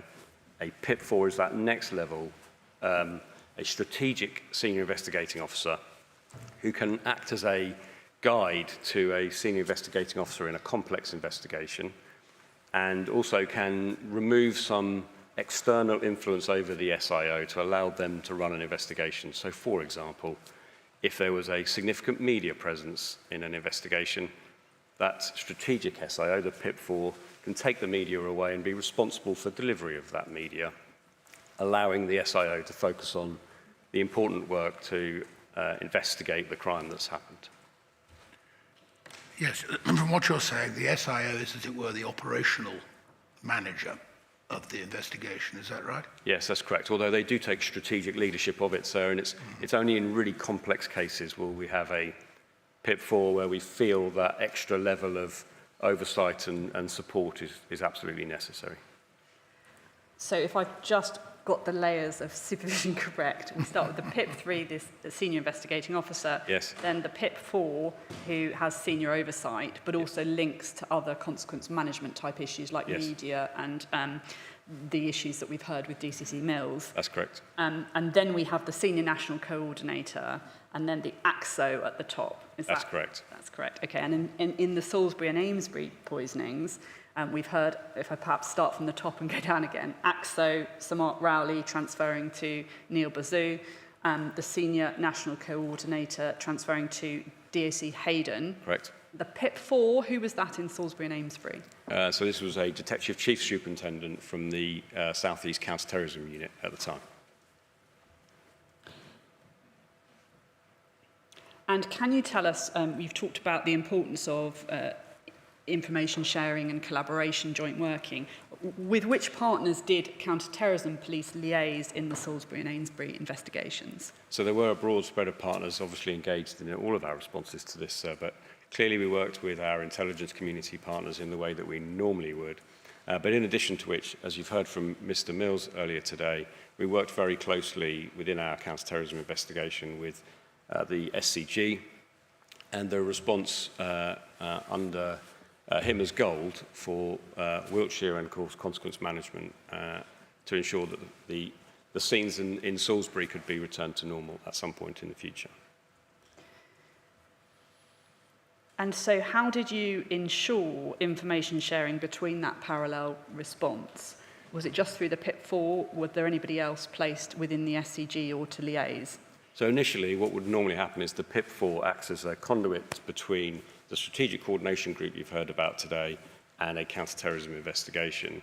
This was such a large and complex investigation that the decision was taken at a very early stage to deploy a detective superintendent into the SCG who could attend all of the SCG meetings and ensure that there was a two-way communication that existed between the SCG and the investigation. And I took a decision early in the investigation to also send in a forensic expert from SO15 to work in what you heard called the stack earlier, the Scientific and Technical Advisory Cell. That was part of Mr. Mills's response. And was that Keith Asman? No, it was an officer that would report to Keith Asman.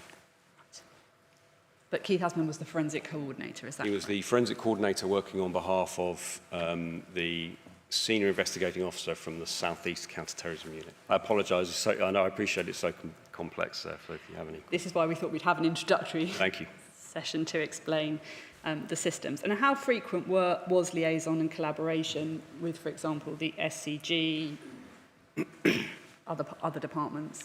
Well, so we would have attended either through the PIP4 or through our nominated superintendent every one of the SCG meetings.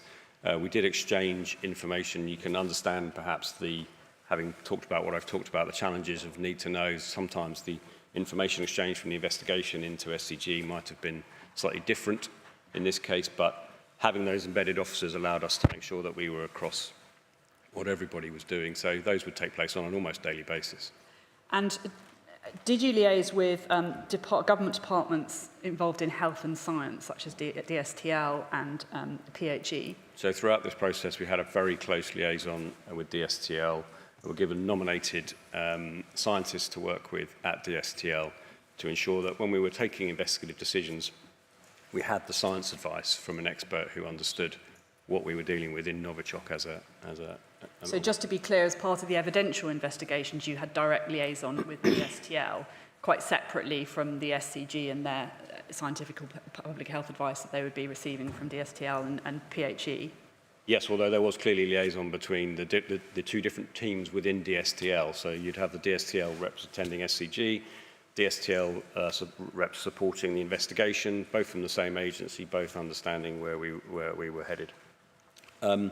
But it's important to say as well, we had relationships with Public Health England, who you heard Mr. Mills mention earlier, in terms of those broader advisory notes. And as AXO, Mr. Basu would attend COBRA meetings, or on occasion, Mr. Hayden would attend COBRA meetings, where, of course, SAGE were present and could be involved in those discussions. And what about the emergency services and local authorities? How did that liaison, if any, work? So if we had liaison with them directly, it was to do with specific things in relation to scenes, for example, or support that was needed in terms of consequence management. But the majority of that liaison took place within the Gold and SCG, in which we then worked closely with Mr. Mills and his team to ensure that engagement took place. And as a general point, we've heard from DCC Mills that the poisoning of Dawn Sturgess and Charlie Rowley happened while investigations were still ongoing in relation to the Skripals, and there had already been a number of structures set up. And did that assist? Yes, it did. So we were able, so for example, lots of our team had deployed within counter-terrorism police, in terms at least, and in terms of Mr. Mills's team, to both of those incidents. And so we were able to establish that reporting structure and also the specialist officers and staff that we would need to respond to these incidents much quicker in the second incident as a result of what we had learned from the first incident. And finally, on the point of liaison with different agencies, you say in your witness statement, and this is paragraph 76, that support for the Salisbury investigation was offered by the National Crime Agency, the NCA, and from the FBI, the Federal Bureau for Investigation in the States, but that wasn't needed because CTP had sufficient resources and skills. Is that correct? Yes, that's absolutely correct. We clearly remained very close in liaison terms with both those agencies, but yes, we did not require resources from them to help us. And that was in relation to Salisbury. What about Amesbury? I'm not aware of them ever offering in Amesbury, but again, the same applied, really. The same resources that we had in Salisbury were sufficient to deal with the investigation in Amesbury. We've heard from DCC Mills about the Wiltshire Police response operations to Salisbury and Amesbury, Fairline and Fortis. Could you give us an overview of the CT police operations with Dana, Caterva and Reed, please? I can. So 29 to 34 is your witness statement if you need to refer to it. Thank you. So the first operation you mentioned is Operation Wadana. This was the operation name given to counter-terrorism policing Southeast investigation into Sergei and Yulia Skripal's poisoning here in Salisbury. That was a reactive investigation, so an investigation that focuses on responding to crime scenes and victims, speaking to witnesses, checking CCTV, trying to gather as much evidence to identify what happened and where it might have happened. There was a second operation, and my role in that one, as I mentioned earlier, was to support the SIO, Detective Superintendent from the South East Counter-Terrorism Unit, as a critical friend and ensure that the support was provided to that senior investigating officer. The second operation is Operation Katerva. These two operations ran in parallel. Katerva was the operation for which I was the senior investigating officer. This is a covert investigation that seeks to identify those responsible for this incident, in this case, on the basis of the charges Petrov, Bosharov and Fedotov, and work with partners to understand that in a covert sense, how we use intelligence and information to inform our investigation and then conduct an evidence-based inquiry. So that's Wadana is the response to the incident, Katerva is the covert operation into the suspects, and then as soon as CT policing became aware of the cause of Dawn and Charlie's poisoning, clearly we started Operation Reed, which was under a different senior investigating officer, again from the South East, DCI Murphy, and it was really important that that investigation was led by a separate individual to ensure the conduct of the investigation wasn't dissuaded by some other activity that we'd already undertaken. So we'd like to see that independent SIO take responsibility. We're going to hear more about that from you tomorrow. Great. So although it was a separate SIO giving that element of independence, did you liaise quite closely between your role as the SIO for Katerva and Operation Reed? Yes, in effect you had the Detective Superintendent of Wadana, me as the SIO for Katerva, and the DCI who was the SIO for Operation Reed, constantly speaking to each other, attending the same meetings, the same JOTs, and sharing information. So I'm going to just recap that because it is the first time we're sort of going into the detail of those three investigations, which are obviously of critical importance to this inquiry. So with Wadana, we have the reactive investigation to the Skripals, Yes. for which your role is a critical friend to the SIO. Yes. And that's incident-led, so focusing on gathering all the evidence, door-to-door inquiries, scene searches, that sort of thing. Yes. Katerva, the parallel investigation into the suspects for which you're the SIO, is a proactive investigation led by intelligence, is that right? Yes, that's correct. And that's the one in which you particularly work with intelligence partners. Yes. And then we have Operation Reed, which is another reactive investigation to Dawn Sturgess and Charlie Rowley's poisoning. Yes, correct. For which we've heard that the SIO was DCI Murphy, but with whom you liaised, as did the SIO for Wadana. Yes, important to say, the same PIP 4 sat above all three of those operations as well. So in order to ensure that coordination, the Chief Superintendent from the South East Counter-Terrorism Unit acted as PIP 4 across all three investigations. Thank you. That brings us on now to asking you about the scale and complexity of these investigations. Perhaps you could indicate, and you deal with it at paragraphs 33 and 34, the factors that made this particularly challenging. Well, so this was the first identified use of a chemical weapon in the UK in this case, in this sense, used as a tool, we say, to conduct an assassination in this style. Having worked on the Litvinenko investigation, I understood quite quickly how significant this would be and how completely challenging it would be. So from even our scene investigations through to how we would work with partners to understand who might be responsible for it, the scale of the incident, the impact on the public of Salisbury. This really was an unprecedented investigation, not one that we had seen before, but one that we were able to apply our existing operational processes to in order to respond. Because the impacts were multiple, weren't they? So not just on Salisbury, but there was very significant impact on international relations there as well.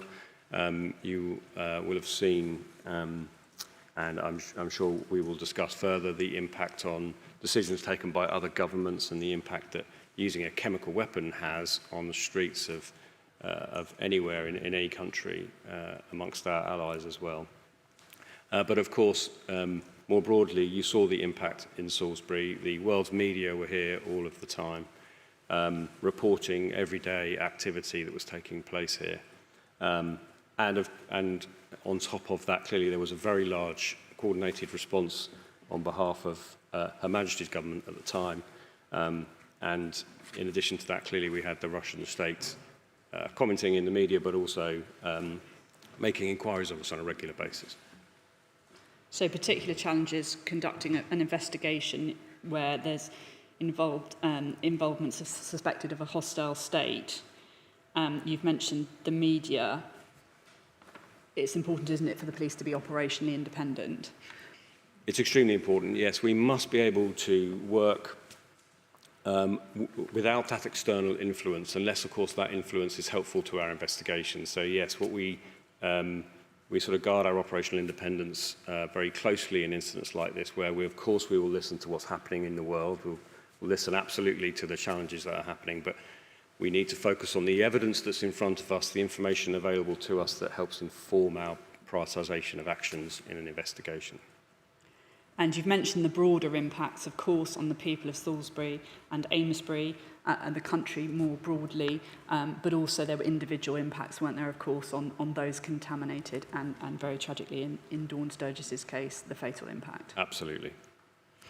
And was there also a twin focus on protecting the public from harm as well as trying to find those responsible and trying to achieve justice? This was an overriding principle of all of our investigations, actually, is how do we identify the ongoing risk to the public, even in those early stages in the first incident here in Salisbury, and take steps to make sure that while we gather evidence that's important to our criminal investigation, and we're doing that with a primary focus on what does it mean to public health, what does it mean to the health of officers and staff who are deploying into these really challenging, contaminated scenes on a daily basis. So the safety and well-being of the public and our officers and staff were paramount throughout our investigation.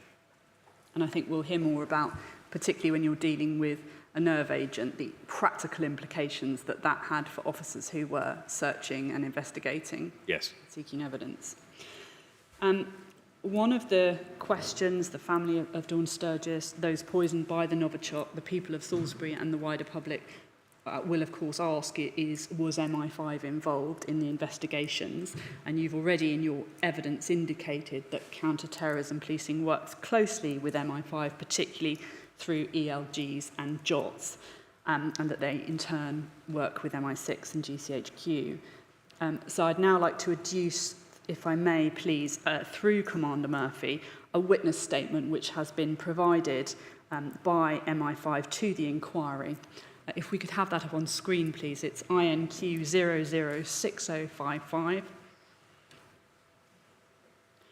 This is a 4-page witness statement of MD 39, who is a senior officer within the security service, dated the 2nd of October.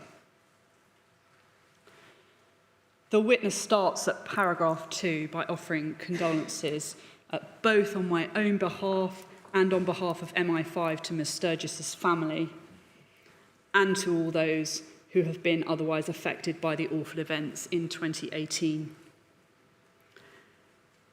Introducing themselves at paragraph 3, the witness explains they've worked for MI5 since 1999. They say, I am currently a senior leader within MI5's counter-state threats branch, and that they've undertaken a wide variety of roles, including in working in counterintelligence and counter-terrorism investigations and operations. In the same paragraph, MD 39 says they were not involved in the events, but the witness is well placed to provide the statement on behalf of MI5, given their current and previous roles and my previous experience of functions and operation of MI5 generally.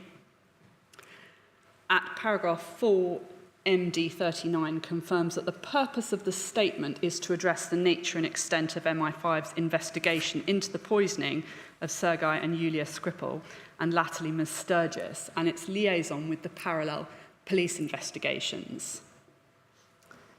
As I addressed with you in relation to your own evidence, Commander Murphy, MD 39 says at paragraph 5 that they have sought to be as transparent as possible, but I must emphasise at the outset that there remains a level of detail that I cannot address without risking serious harm to national security. And MD 39 in that paragraph goes on to explain the reasons for that. Commander Murphy, is that a balance that you well understand? Yes, absolutely. Paragraph 7, MD 39, confirms, however, that MI5 has made available to the chair and his legal team everything they've sought to review, and that the inquiry will therefore be able to investigate all the matters it covers in closed where it cannot do so in open. At paragraphs 8 to 11, MI5 sets out its legal powers and remit, which includes the protection of national security and in particular its protection against threats from espionage, terrorism and sabotage from the activities of agents of foreign powers. And at paragraph 10, MD 39 explains that MI5's history of effort against the Russian Federation and former Soviet Union means it has built and maintained significant experience in the investigation of the activities of the Russian state today. Commander Murphy, I'd like you to confirm for us your understanding and experience of what's set out at paragraph 11 in terms of the division of powers and roles as between MI5 and the police. Yes, thank you. So in paragraph 11, the witness refers to MI5 not having powers of arrest, for example. How it tends to work in reality is that in the intelligence phase of an operation, so it will be MI5-led, and then as we transition into disrupting some activity, it will become police-led and supported by MI5.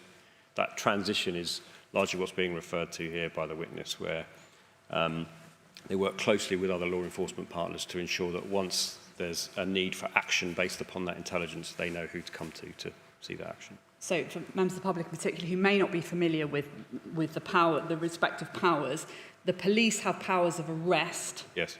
And conduct criminal investigations with a view to prosecution. Yes. MI5 provides police and law enforcement with information and intelligence assessments on threats, but each collaborates with the other on investigations that may result in criminal proceedings. Does that Absolutely summarise correct. it? Yes.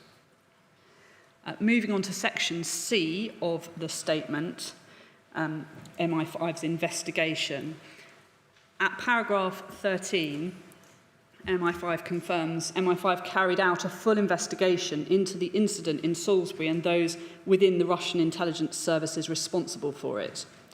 Although the police and MI5 have distinct roles and responsibilities, MI5 works together with the police to achieve the objectives of a post-incident investigation. This partnership model was adopted for the post-incident investigation into the events in Salisbury, and then after Ms Sturgess tragically fell ill and died, the same model was adopted. Commander Murphy, can you confirm that there was indeed a covert investigation from your knowledge? I can, yes. And at paragraph 14, MD 39 gives slightly more information about what the police did and what MI5 did in this particular case. The police led on ensuring public safety, the prevention of further attacks, evidence gathering to support executive action, and ensuring public confidence and reassurance, including delivering public communications in relation to the incident. Do you agree with that? Yes, that's correct. MI5 led on the gathering and exploitation, assessment and dissemination of intelligence to support the post-incident investigation. Is that correct? Yes. And so does that sum up the partnership model and the respective roles and responsibilities that you experienced during the investigations into these events? Thank you. Yes, it does. At the end of paragraph 14, MD 39 indicated that while a large proportion of the investigation involved covert activities and collection of intelligence, some simultaneous overt activities were conducted by the police. including large-scale CCTV retrieval and public appeals for assistance. Again, is that right? Yes, that's right. In essence, that is us sharing information from our investigative activity back with MI5 to ensure that we've got that two-way sharing to make joint assessments of what we do next. Thank you. That brings me to my final point about police techniques and evidential sources. Your witness statement contains reference to a very large number of techniques and evidential sources which appear to have been exploited by the police in the investigations. I'm going to list them and then ask you to confirm whether that list properly represents the range of police techniques that were considered or deployed and the evidential sources that were used in the investigations. So you refer to house-to-house inquiries. Where are you, please, Ms. White? In fact, because I am all over the statement, All right, no, that's fine. I'm going to list the types of inquiries and evidential sources. In that case, and no doubt Commander Murphy will let me know if I've missed any or if any are incorrect. So house-to-house inquiries. But so I do have some paragraph references for your reference. I'll just indicate as we go. Is 103. Scene searches and forensic investigations. Yes. Building victim profiles, Sir, paragraph 36. Reviewing digital devices, paragraph 38. Police interviews with victims, paragraph 103. Correct. Sorry, what was the last one? Police interviews with victims. Oh, yes, right. 103.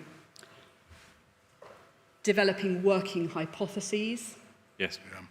And the development of sequence of events and timelines through scene investigations. Absolutely. So paragraphs 63 to 66. Witness interviews. Communications data. Yes. Police intelligence. The last three, so are paragraphs 63 to 66. CCTV, paragraph 84. Yes. Outside inquiries, for example, financial investigations and witness trawls. Correct. That's paragraph 84. Automatic number plate recognition inquiries, paragraph 90. Reviewing information from other police forces, officers, Wiltshire Police in this case. Sampling, paragraph 90. Yep. CBRN policing techniques. Correct. Paragraph 101. Wi-Fi checks and cell site data, paragraph 103. Conventional biometric swabbing fingerprints, and in the context you describe it at paragraph 122, you say that was considered. Yes. So are there times when those biometrics actually are not suitable? Yes, absolutely. For example, depending upon the circumstances of each individual scene, it may be not appropriate to take fingerprints and DNA from those scenes. Scene walkthroughs, paragraph 125 to 126. Correct. And media articles, paragraph 199. Yes. And does that properly represent the sort of range of policing techniques that were considered or deployed and the evidential sources? Just on that last point, I think on media articles, it's much broader than that as well. Clearly, it is all material that might be posted open source that may well provide some useful information to us. So that's researching open source material? Absolutely, sir. Not just media, but more broadly. In other words, you can look up online just the same as anybody else can? Exactly. Right. And presumably when there's open source media research, police would also seek to establish in parallel other evidential support for anything they might find in. Yes, absolutely. Yes, I mean these things posted online are sometimes not the strength of evidence that we would like to see. So of course we parallel everything in an investigative sense. Yeah.